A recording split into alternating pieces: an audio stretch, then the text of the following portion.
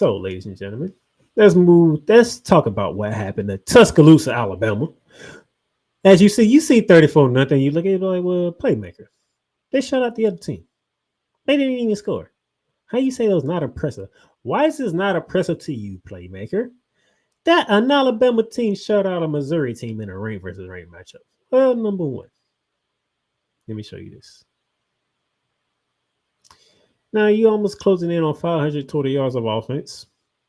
Only 240 for the Missouri Tigers. You say, yes, that's impressive, D. But why is it that time of possession is even? 30 to 30, right? Time of possession. Damn near even. That's a second difference between the time of possession and is in the favor of the Missouri Tigers. Now, as you see the box score, you will notice that you'll see Payne and not Cook for the quarterback because Cook came in injured. He tried to play it and he couldn't finish. So they had to bring in Drew Payne, who you want to know why it was 34 nothing. Drew Payne came in 6 for 12, 42 yards, and 3 interceptions. But you look at Jalen Merrill's numbers, 16 for 26, 215. No touchdown passes. No touchdown passes whatsoever. Hayes, he had a touchdown run with 8 carries for 79 yards. As you see, if you understand what I'm talking here, this Alabama offense is not oppressive whatsoever. If it wasn't for the damn turnovers, it wouldn't have been no 34 nothing. And plus, if they had Brady Cook, they probably would have scored some points, but they didn't have Brady Cook. I think he lasted like a half or a quarter, something like that. He didn't make it to the second half. That's my point. So if I look at this, you had Graham Nelson kick the field goal. That made it 3-0. Then you had to kick another field goal in the second quarter. Then they finally scored Alabama scored their first touchdown with under 2 minutes to go in the first half. So it's 13-0 at halftime. Jalen Merrill ran it in, 9 yards out. Jam Miller, his second rushing touchdown of the game.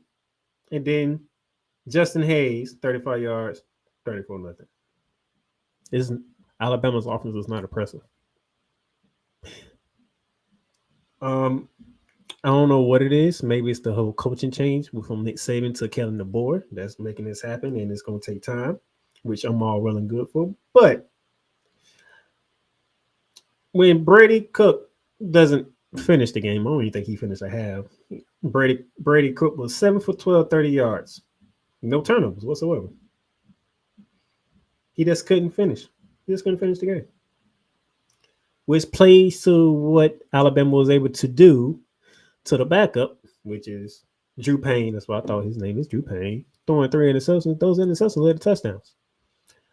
Those interceptions was what led to Alabama getting points. So I can go to Missouri. Opening drive, Missouri, punt. Alabama opening drive, field goal. Missouri punt, Alabama punt, Missouri punt, Alabama punt, Missouri punt, Alabama punt, Missouri punt. Then another field goal by Alabama. Then another field goal by Alabama. Then you have an interception, the first one of Payne that he threw. That was in the second quarter. Alabama turns into a touchdown 3 plays later. Turnover on downs by Missouri. We go to halftime. Come out.